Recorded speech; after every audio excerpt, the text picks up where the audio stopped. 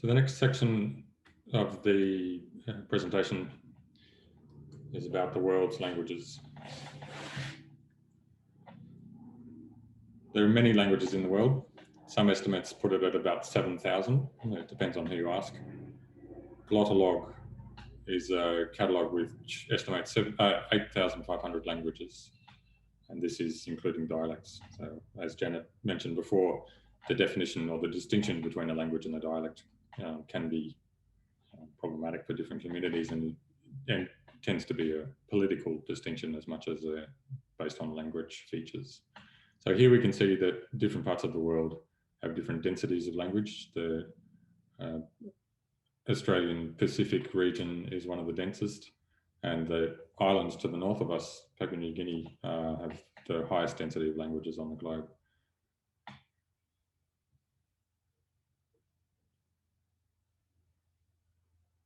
So 17 countries hold 60% of the world's languages, only 20% of the population, 9% of the land areas. So this is a quote from Nick Evans' book, Dying Words, which is about to be re-released with a much more positive title of Words of Wonder. And it's a great book with lots of stories about languages and people's relationships with languages and some of the fantastic things that languages can do. So languages so we have this density of languages. Some languages are really packed in together, and you might expect that languages in these high density situations might be the most similar. Well, it turns out that in situations of high density, languages can be radically different from neighbouring languages. So there's another reference there from Nick about languages in West Papua being tonal. So languages having 9 tones, which means that within the way that the language is spoken, the same word spoken in different tones has different meanings. So tying back to what Janet was talking about just before. The neighbouring languages that are not tonal. So if you speak a word with tone, it doesn't change the meaning of the word.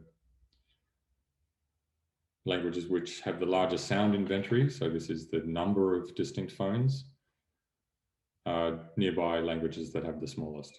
So this is extraordinary that in the area nearby us we have incredibly complex tonal structured languages sitting right next door to languages that are non-tonal. There are a few links here. Follow these afterwards in your own time.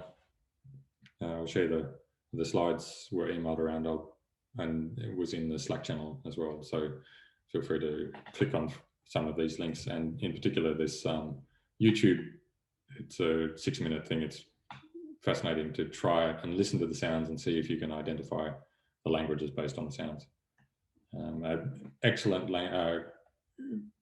presentation by Nick Evans here on an Aberlin lecture from last year. That's an hour and a half. So if you're interested in going deeper into this, sit down with a cup of tea and watch that at your leisure.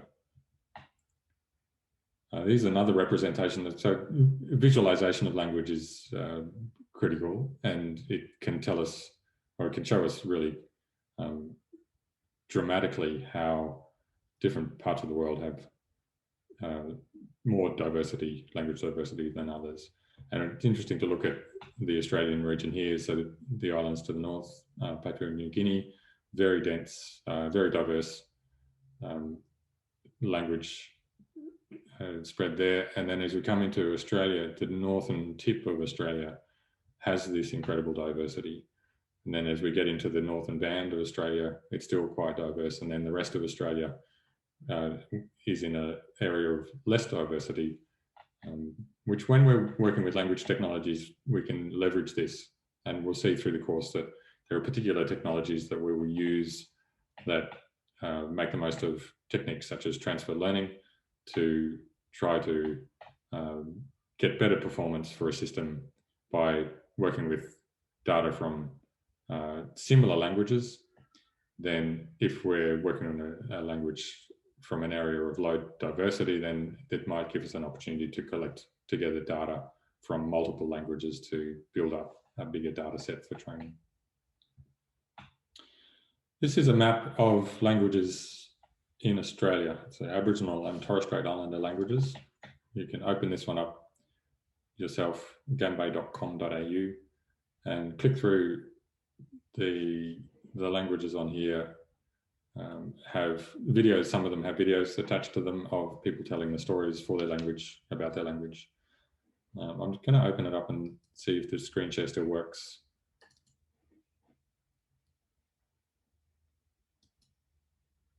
So this is quite an extraordinary map to see the sheer number of languages in Australia. So when I was growing up, I had an understanding that there was an Aboriginal language in Australia, that Australia had English and some people spoke Aboriginal. So when I was a kid, I had absolutely no idea that there were multiple countries in Australia and multiple languages.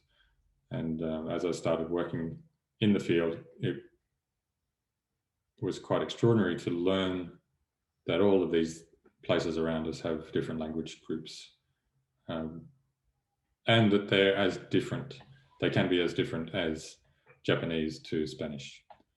So there's not necessarily any similarities between a language, say here, Gubbi Gubbi, this is the country where I am sitting, to say even a language a few hundred kilometers away. They're quite different. I'm going to zoom into the Brisbane area here. So these languages have been put on the map by community participation. So this is not a linguistics map. This is not a land ownership map. This is a map of language locations that have been provided by the community. So say if I look at Jandai, which is a language from the islands just off the coast of Brisbane, there's some videos here of people from this country speaking about the language. So again, it'd be nice to look through this and identify the language of the country where you're sitting. So if you're in Sydney, the Eora languages, the languages from that country, watch the videos from the people from that area. Get to learn a little bit about the country where you're sitting.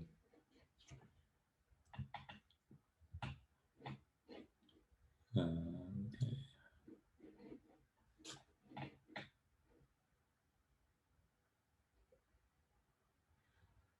So on that map, there are a lot of videos from different people speaking about their language or their relationship with language, their language journey.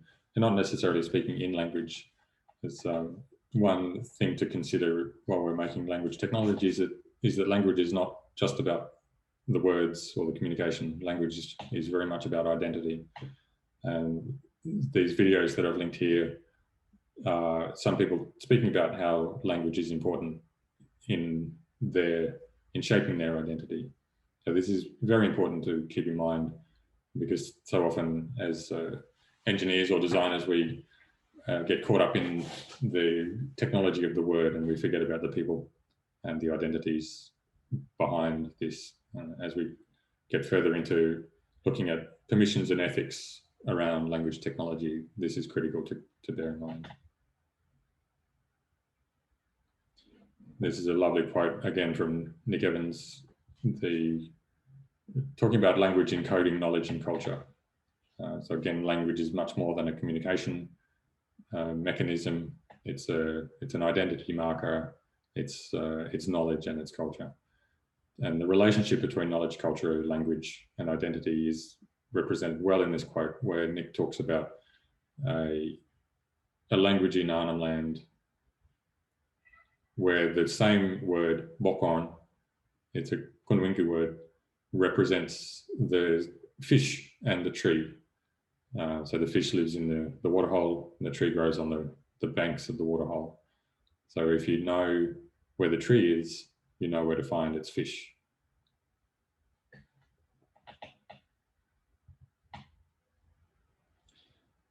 Now, languages can be written, spoken, sung, signed, drawn, These are all different modes of language. We talk about language modalities.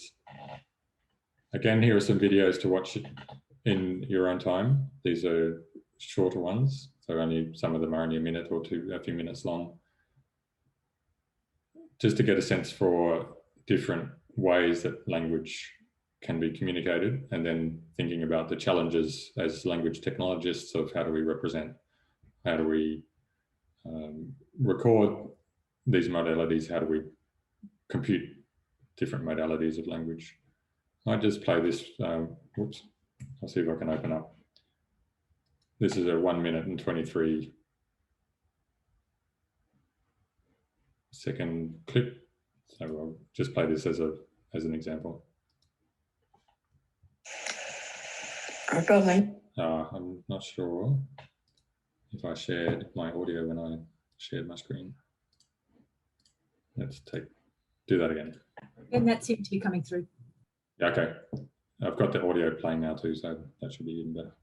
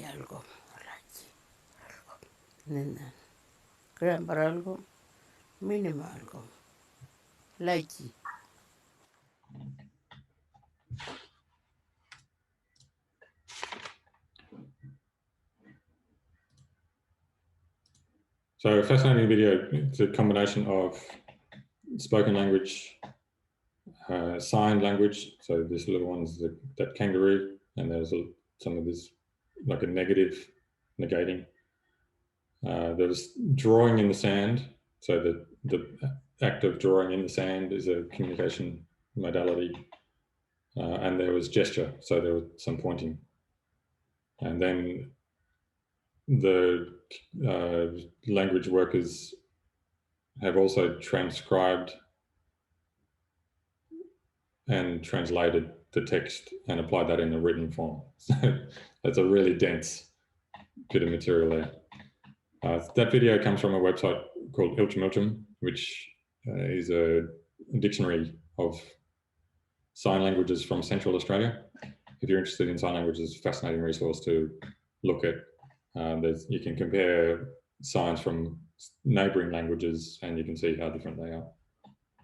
So yeah, some more links there. Feel free to go through them in your own time. And again, a lecturer, Nick Evans, talking about the language of poetry in Indigenous song, and it's an absolutely gorgeous lecture.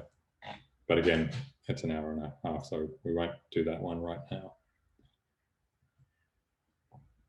So lots of different modalities of language, and what we'll come across a lot in the language technology development is that it helps having a writing system. This has been more so in earlier years where the computational processing limits what you can do with rich media such as audio and video.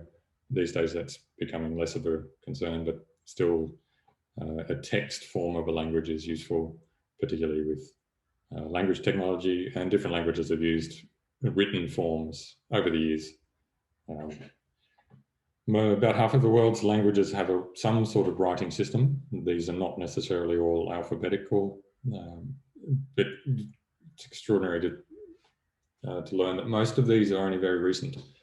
And I think it's within the last 50 to 100 years that most of the world's languages have developed a writing system. And even more recently, we're just talking with Dan in the last couple of weeks about keyboards and learning that for many languages, the development of a digital keyboard or a device keyboard is the first time that the language has been written down.